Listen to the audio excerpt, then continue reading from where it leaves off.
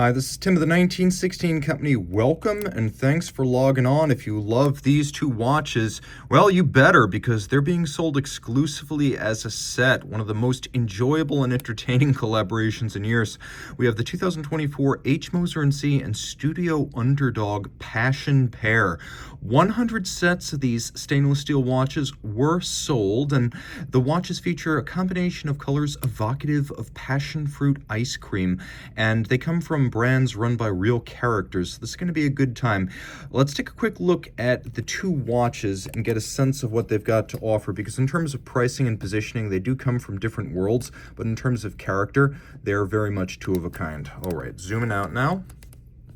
Let me remind you that I am Team Mosso at the1916company.com for all of your purchase, pricing, and availability questions concerning these watches.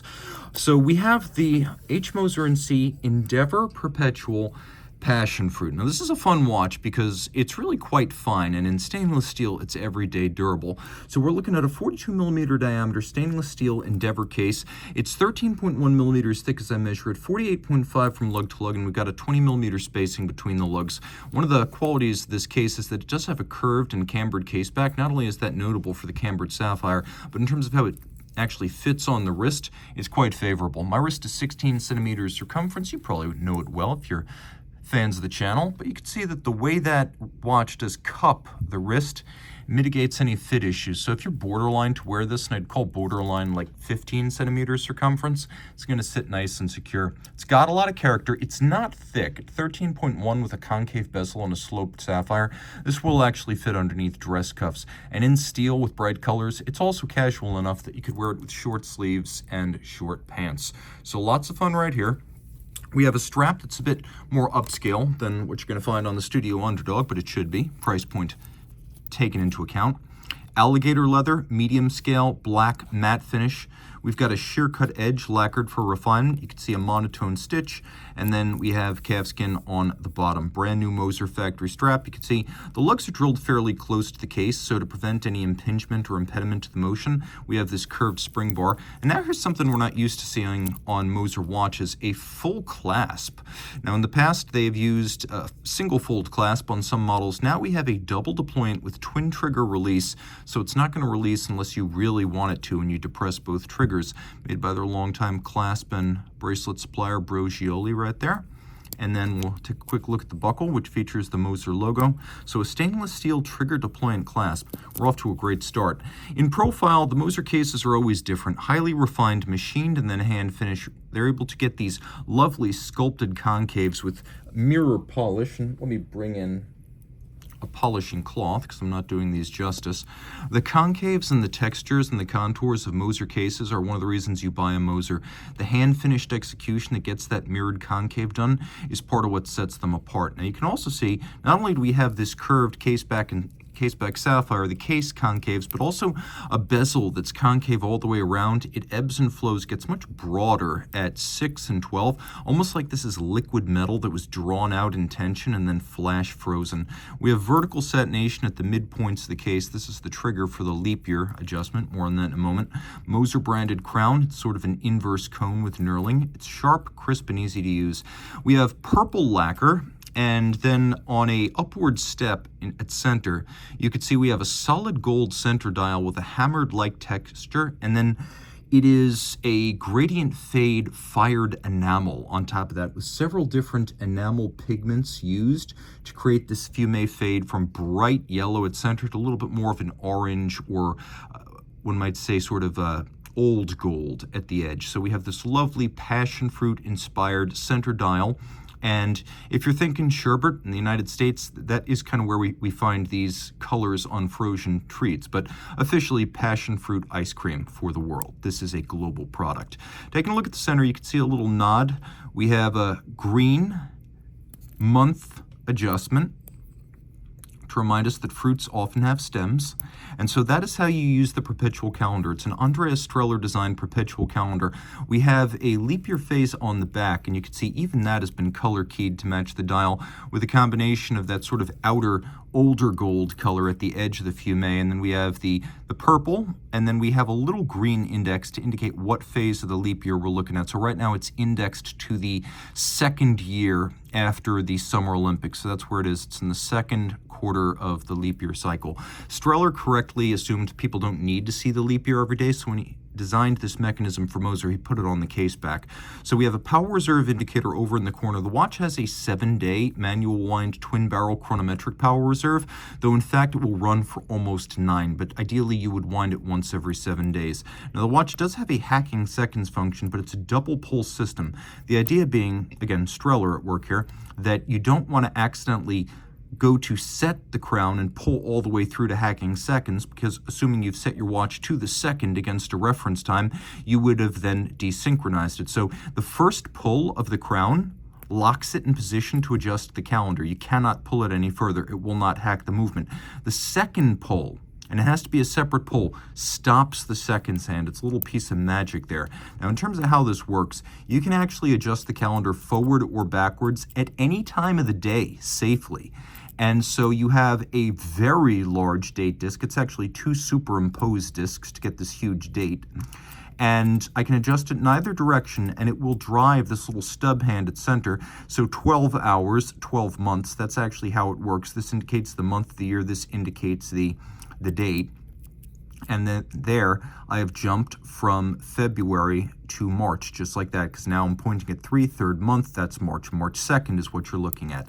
Turn it all over now. The movement, HMC 800, a beautiful execution from Moser. We have a pivot jewel set in golden chaton cups held in place by black polished screws, a nod to the way pocket watches were made back in the era of Heinrich Moser and the company's forefathers in the 19th century and early 20th century. Heinrich Moser, of course, originally founding the company in the 1820s in St. Petersburg before moving back to his native Schaffhausen to continue business, and that is where the modern-day Moser is located today. It's one of the few watch brands in German-speaking Switzerland, and it is a full manufacturer, so it's building this itself. You've got that golden chaton cups, double barrel and drivetrain arrangement, a free-sprung balance with a full balance bridge for shock resistance.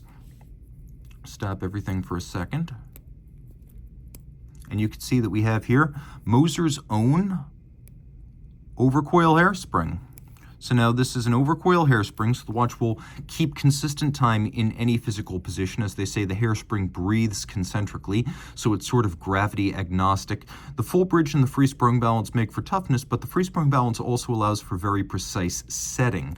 And I don't know how well you could see it, but if you look carefully, you can see the escape wheel is 14 karat gold, so is the anchor. The idea of using gold is to reduce the need for lubrication in the escapement. 14 karat is mechanical grade gold, and then this whole unit can be removed as a single integrated component and replaced with one that's been pre-serviced. So the idea is when it goes back for service at your local Moser service center, they can actually take this incredibly labor and time intensive component assembly, take it out, replace it, get you back on your feet. All this is 30 meters water resistant, so it can be casual, but you don't want to swim with it. Studio Underdog branding, you can see this is 1 of 100.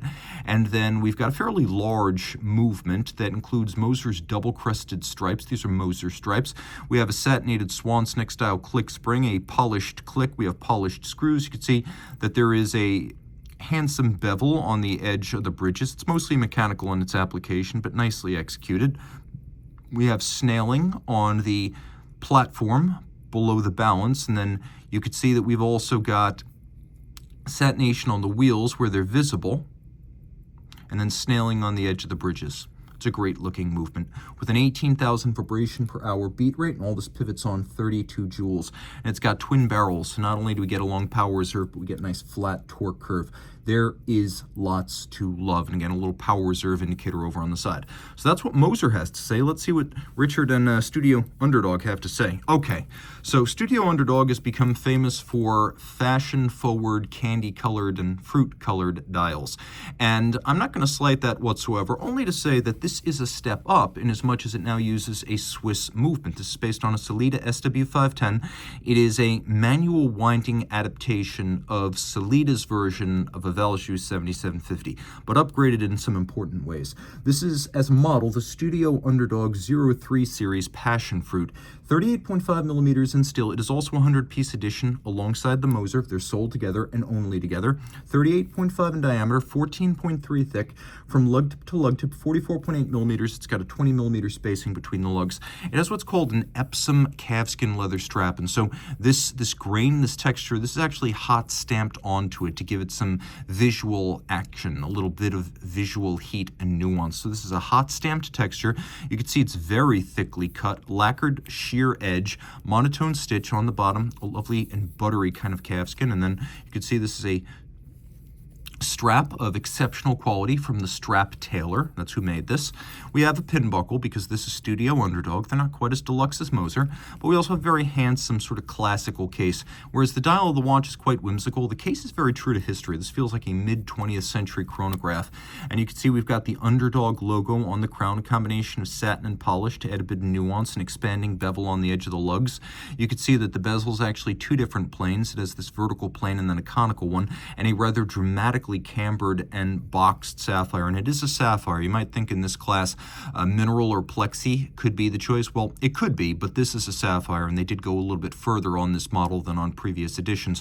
Also, distinct from the Moser, this watch is 50 meters water resistant rather than 30, and it's got a little bit of luminescence, so you do have some ability to tell the time in the dark.